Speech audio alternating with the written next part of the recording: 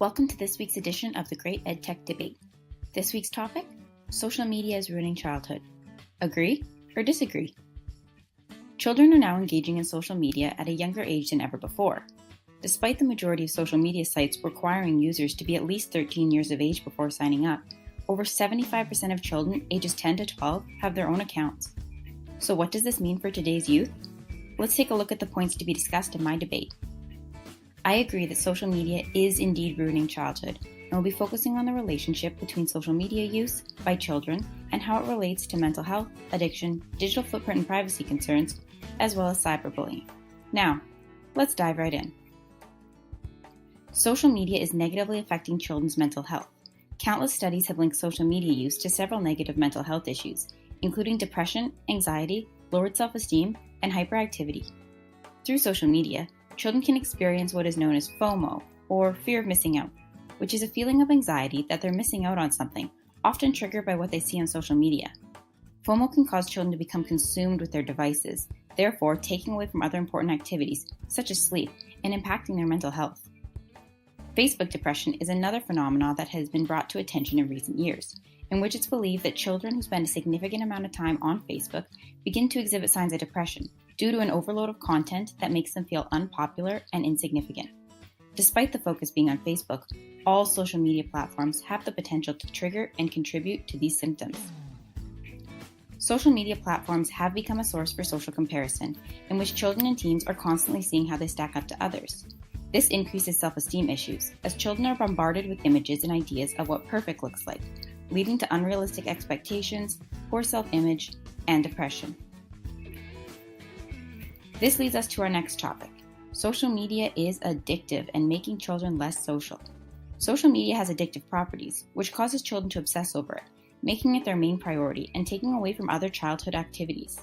Recent statistics from Common Sense Media show that the average 8 to 12-year-old spends 6 hours per day online, with that average jumping to 9 hours in teenage years.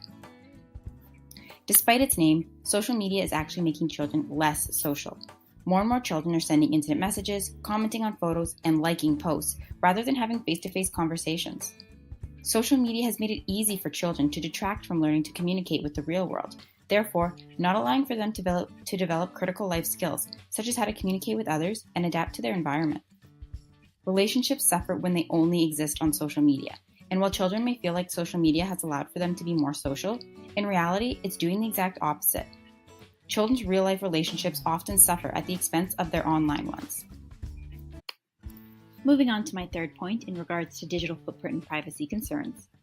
One of the biggest dangers of children using social media is they have not yet developed the knowledge and awareness of how to use it appropriately, nor are they fully aware of the extent of danger that exists online.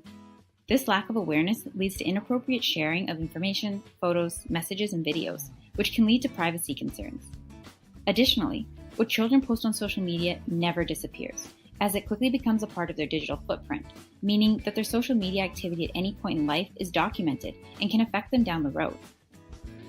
Finally, one of the most common dangers of social media use for children and youth is cyberbullying, which is the use of electronic communications to bully others. Cyberbullying is not uncommon, and it can happen to anyone. In a recent survey conducted by TeenSafe, nearly 35% of children have admitted to being victims of cyberbullying, with 87% reporting seeing it occur on a regular basis. Social media creates a platform for children to bully others by allowing for them to post what they want, when they want, with the click of a button, and with little regards for how it may make others feel. Cyberbullying can have lasting effects on children, including depression, anxiety, and other mental health issues. In extreme cases, cyberbullying can result in children taking their own lives, an occurrence that has increased significantly since the rise of social media itself. So, what are the implications of social media use for today's youth? Here's a summary of the points discussed.